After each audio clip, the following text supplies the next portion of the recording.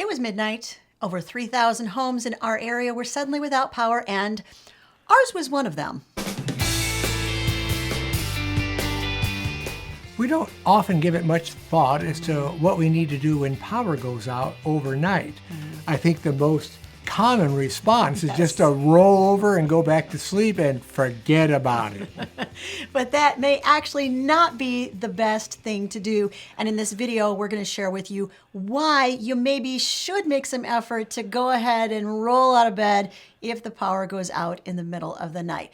Now, as an example, we're going to use our experience. We'll tell you all the things that we did right and the things that we did epically wrong. We'll share a little bit later in the video, so stick with us, exactly what we think your top priority should absolutely be when the power goes out and it's dark o'clock.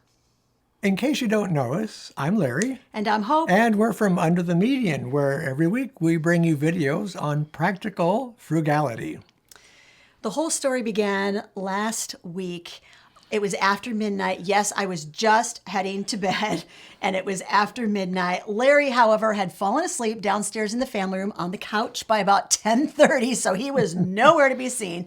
I walked into our hallway, flipped on the light switch, no problem, light comes on, and a split second later, the light goes off. And so, it's late, I'm tired, I'm groggy, and I'm thinking, that's kind of weird. The light fixture, that light bulb must have burned out. That's what I would have thought. Yeah, and then the next thing I thought was, well, maybe it's like the circuit on that side of the house. And I gazed through the open doorway out to the street and realized suddenly, wait a minute, the street light's not on. Now, we have a street light pretty close to our house, so it's pretty noticeable. Even in the dark of night, you can see that street light. And I thought, the street light's out. And then it's like a slow dawning, guys.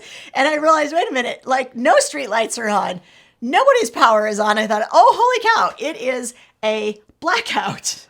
And one of the things that she quickly realized was that we had not really thoroughly prepared for lights going out in the middle of the night. Now, has this ever happened to you? Let us know in the comments how you've dealt with power outages that happen in the middle of the night. All right, guys, let's go right off the bat. We're going to dig in. We're going to talk about the elephant in the room. And that is the single most commonly repeated piece of advice when it comes to overnight power outages, which is roll over and go back to sleep. Now, we think there are some really important reasons why you should maybe actually not do that. One of the reasons, of course, is the fact that someone in your family may actually be dependent upon powered devices like a CPAP machine or something like that, and you have to always be aware of that. But the other reason that you may not immediately think of is in the amount of time that you're sleeping overnight, there actually is some damage that may happen in your home, and we've actually had it almost happen to us twice. And let's give an example of when we lost power. We were actually not home when this happened. Most of the neighborhood was actually out of power, but somehow the branch around our neighborhood stayed lit up until we went shopping. Yes. We got back home and I noticed that all the lights were out. And I went, we don't have power at our house. Now the ground was saturated and it was raining like mad. And I knew our sump pump was working overtime. So the very first thing that I did was I wheeled out our gas generator. That's all we had at that time. And I got it hooked up and running on the sump pump just in time before it started to flood our basement. Example number 2. Now, we actually have not had this happen at this house. But when we were first married, we rented this tiny, and I do mean tiny little 1-bedroom house. And it had a crawl space in the basement.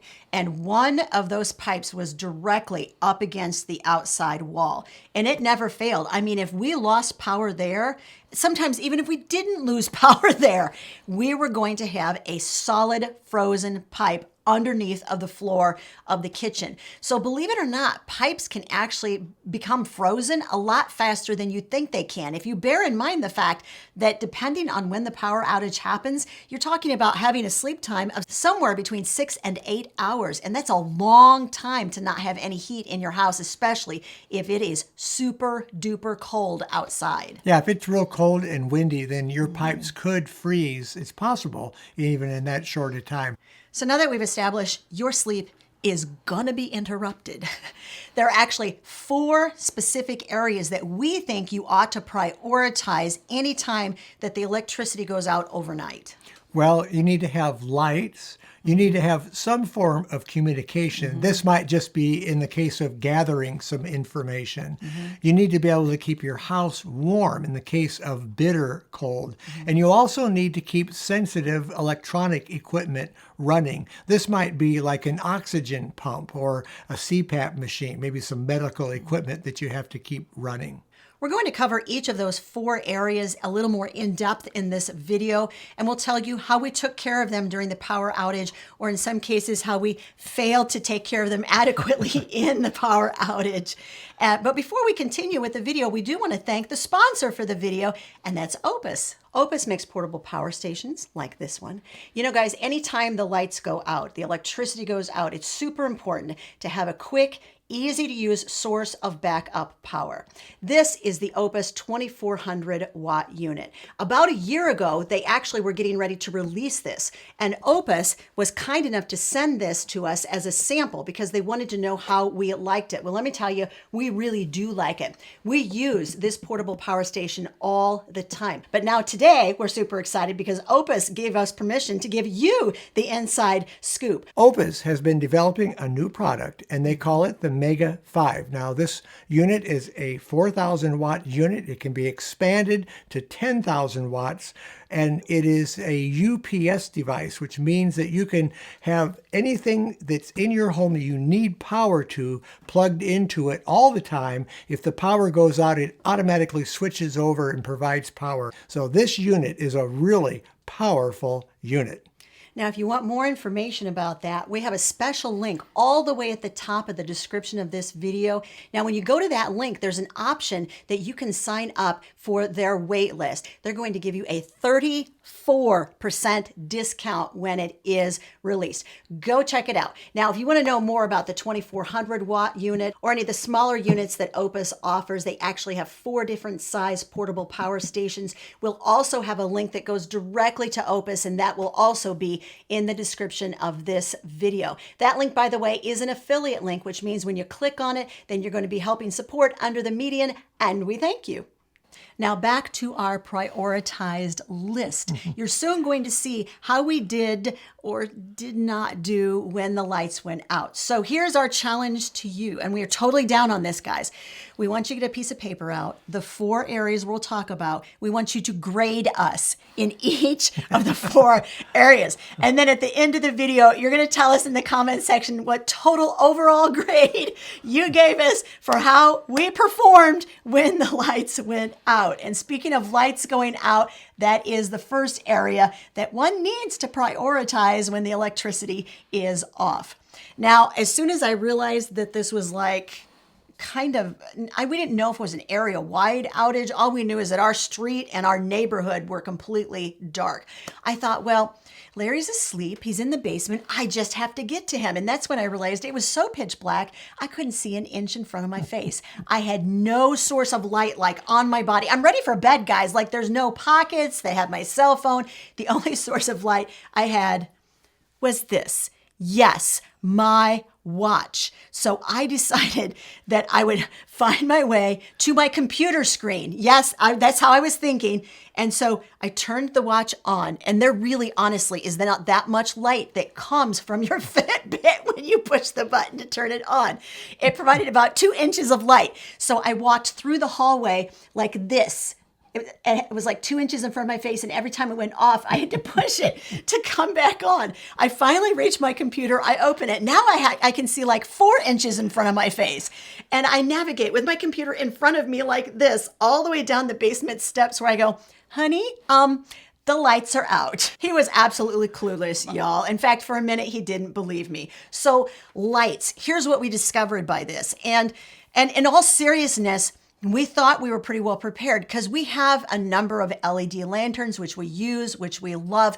But the problem was, listen to me, we had them all clustered in one area. Down the basement. Which makes sense. If you are kind of putting all of your emergency supplies in one area, it makes sense to have all your lanterns clustered together. but it doesn't work like in real life situations when you're not even in the basement and it's dark and you're not near the lanterns. Now, you don't want to have all your lanterns in one basement. That's right. And so what we figured out that we need to do next time is we need to have sources of light in all the areas that we regularly sit.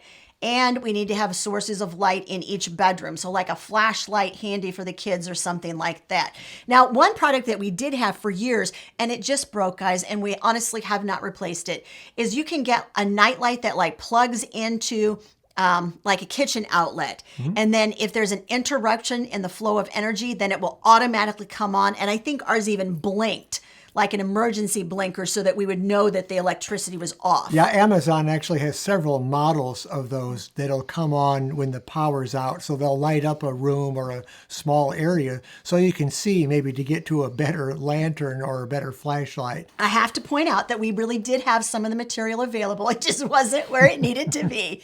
And the other thing I wanted to point out is like, so a night light maybe isn't going to do you any good, like one of the flashing lights, unless it's in your bedroom. So the other thing you can do is they're very inexpensive. They plug right into an outlet, and that's a little alarm that will sound if there's an interruption in the flow of energy to that specific outlet. Then it will beep and wake you up and let you know that the electricity is out. One more thing I'd like to add about the lighting before we move on. Once we got established that our electricity was out, we realized that maybe our kids might want to get up in the middle of the night. So we placed a lantern in the hallway at the bathroom site so that they could see. I just put it on low light so they could see to get in there. Then they could take that lantern in there with them if they had to do that in the middle of the night, because absolutely total darkness in the bathroom without some lights. One of the other things that was really kind of, in retrospect, a little tragic, if you will, about the situation was the fact that a source of light was actually much closer than the computer, which was all the way in the living room. We have one of these, guys, Harbor Freight, like $2 a piece. They look like a regular light switch, and they actually provide a decent amount of light. We had one of these right around the corner from where I was standing in the hallway in the bathroom. And in my panic, I totally and completely forgot that it was there. And that's why we think it's a super good idea, not only to run through this middle of the night, dark o'clock scenario with people in your home, but to like practice it very much like you would like a fire drill when your kids were younger, so that everybody knows where stuff is located and the best place and the closest source of light where that's at. All right, as you are writing down our grade level in lighting on your paper, we're going to move on to the next area, which is communication. Now, really, when it comes to a middle of the night scenario like this, the communication we're talking about is the ability to get communication from the outside world, if you will, to try to figure out the scope of what has happened to the electricity and like how widespread it is. So the first thing that I wanted to do was get our modem powered. So we took a small portable power station. Well, Opus makes a nice little 1200 watt unit. We took a unit over to our modem, plugged it in, turned it on. We waited for a few minutes for that to activate. And then we had active internet. So we were able to go online and find out from the utility company what was going on. Now, the question in your mind might be, couldn't you have gotten that information from your cell phone? Yeah, we probably could have, but to be honest with you, that's a pretty small screen and it's late at night. And we all know I already had my computer with me in the basement, didn't I? And so it was easier for me to open the computer and go to the utility company website and try to find out what was going on. It said over 3,000 homes in our area were without power. So that told me right away, this is kind of major. It's not just, an isolated road or two. It's quite a large area. And the reason given was unknown. I thought, okay, unknown.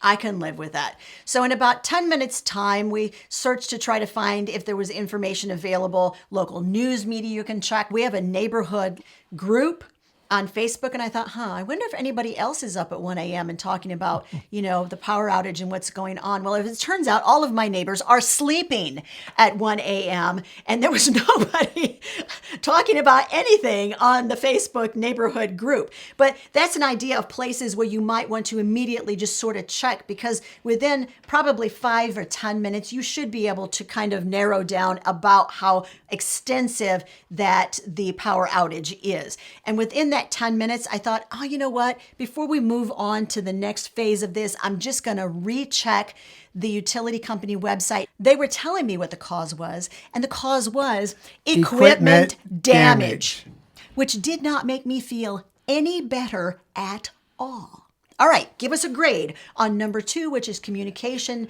Number 3, we are moving on to keeping the house warm and the pipes thawed. So you definitely want to make sure that you're keeping your house warm, especially if it's bitter cold. Yeah. If it's not too cold outside, maybe that's not a concern for a few hours while you get a little bit more sleep. But what you definitely want to do is consider, will your pipes freeze in the amount of time that you're sleeping? You certainly don't want to wake up to that scenario. The first thing that I think about when I think about major power to the house is running the gas generator. Now that will easily run just about anything in the house. It's a pretty good sized unit.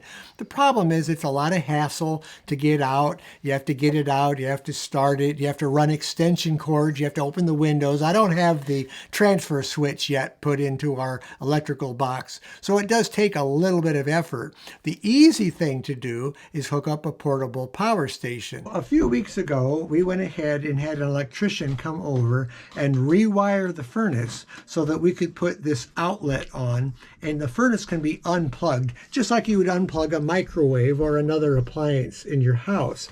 This can be then plugged into a power station, or we can hook it up to an extension cord and run it off of our gas generator. So I'm going to demonstrate right now how we're going to just go ahead and plug this in to the Opus 2400. I'm going to apply AC voltage to it. There goes the blower, and it's running it at about 700 and some watts, and then it'll go down a little bit. That shows kind of a surge of power, and now it's running it at about 560 watts, somewhere in that range. So right now our furnace is being run from the Opus 2400 watt unit. Now, we actually mentioned in a video just a few weeks ago that we had the furnace wired in order to be able to plug something directly into it to run the furnace. Now, remember, we have a gas furnace, not electric furnace, which means that it takes far less power because all you have to do is get the blower started, and that's what you need the electrical impulse for, not to actually run the furnace. So this works because we have a gas-powered furnace. But we actually talked about it in a video. There was another major storm coming through our area. They were expecting winds of 60 miles per hour, and we took you around town with us and showed you what we did to prep for a storm that we knew was coming through, and we thought we could possibly lose electricity. Now, if you want to watch that video, we're going to make sure that it is linked in the description of this video, and I'm also going to link it up above so you can take a look at it after you're finished with this video. Now, our furnace, it happens to be about a 30-year-old furnace. It's a good one, but it's got some age on it. When the blower's running, it uses about 670 watts, but the blower doesn't run all the time. And it only runs for short times, especially overnight, because we have our thermostat turned down to 61 degrees overnight. But this is what you can do if you run out of power and you have your furnace running on a power station like that. Just turn your thermostat back a couple of degrees, maybe turn it back to 60 degrees so that your furnace won't be pulling so much battery power out of that portable power station. Therefore, it'll run it longer. Just grab yourself a couple of extra blankets. You should have an extra blanket stash and know where the extra blanket stash is. We know where ours at. In case that raises the grade that you guys are giving us, we know where our extra blankets are at. Throw an extra blanket or two on everybody's bed and let the house go ahead and go down to 60 degrees. That's going to be just fine overnight. Let's say you don't have any way of powering your furnace overnight when you lose power. Well, there's some other things you can do to keep your pipes from freezing. Certainly open those cabinet doors, especially if it's in the kitchen or bathroom, for sinks. That way they'll get some of the warmth from the ambient air. The other thing you can do is you can wrap your pipes up with some blankets just to insulate them a little bit. Blankets, towels, foam, Anything. basically anything that is going to supply some insulation factor there. Wrap that around those pipes, especially if they come up against an outside wall. And of course, then the other practical thing to do is run a thin pencil stream of water. The next thing you want to consider when you have a power outage is you want to protect your sensitive equipment. If you had some computers on or anything electronic like that, you might want to just unplug them so that when the power comes back on, it doesn't surge through those units. Now, by the following morning, the electricity had come back on. It was a lovely, lovely sight to see. Anytime that you have a power outage in the middle of the night, you get to the next morning and you once again start this process, believe it or not, over again. You have that prioritized list that we gave you and it wraps right back around again. You look at things like your refrigerator, like your freezer. By the way, 48 hours is what they say for goods that are in the freezer during a power outage. You look at those things, evaluate them again, and figure out what do I have that is able to power those items and how am I going to keep the food cold. And once again, your prioritized list, you start all the way over again from the top. As it turns out, our power was only out for about 4 hours that particular night, so it wasn't really a big deal. But in regards to your refrigerators and freezers, if you have a portable power station and it's big enough to power those items, you can run those off of that. And then if your power station runs down and let's say you can't solar charge it, right now we can't solar charge ours because there's no sun. The sun's been under a cloud for about a month and a half, only peaking out at short intervals, not enough to charge a power station. You can charge your power station off of a gas generator if you have that. So that's what I would do. I would just go ahead and start the gas generator, run some cords in to run the furnace, and then charge up a power station to maybe run a few isolated other items in the home. Now we're going to tell you what we actually learned from this whole experience. And remember, we promised we're going to tell you what we think your number one priority should always be when it comes to overnight power outages. The obvious thing that you need when the lights go out at night are lights. Make sure that you have lights, some kind of emergency backup powered flashlights or lanterns, or maybe something that's plugged in to your line voltage that will automatically come on when you lose power. Make sure you have those in places that are going to do you some good or where you can find them. Now, here's the next thing that we learned that we actually needed to do a much better job at, and that was that we need to keep things charged to 100%. We're talking about your computer, your cell phones, and if you have portable power stations, keep them at 100% because that was a lesson that we definitely learned from this. As part of it was the fact that this was very unexpected. There was literally nothing in the weather forecast that would indicate, oh, your power might go out for 4 hours overnight. Our sons had exactly the same thing happen to them. It was a very clear night. It was a fluke. And no wind. There were no wind, no storms, nothing that would indicate a power is going out. Now, if we have some kind of forewarning, we go around and we check and make sure everything's charged up and we have things in place. So we need to be a little better about that. And we need to not always assume that there is going to be forewarning that these kind of things are going to happen. We found also that we really need a prioritized checklist for winter power outages. Now, you guys know that my favorite word is prioritized. That's right. You should have a checklist that the most important things are at the top of that list. And in fact, I am creating a prioritized winter weather emergency checklist for our family right now as we speak. We promised that we would let you know what our number one priority was in case of an overnight power outage during the winter. And our number one priority is to get to daylight. What do we mean by that, Hope?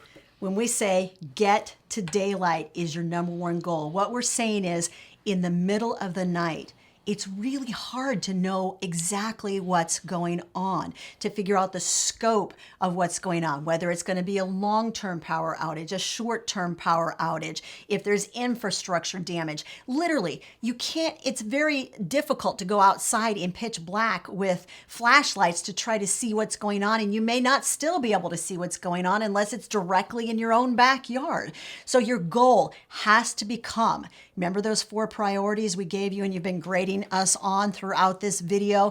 That's what you need to worry about. You need to worry about enough light to get to daylight. You need to worry about enough heat to get to daylight. You need to worry about protecting that electronic sensitive equipment to get to daylight.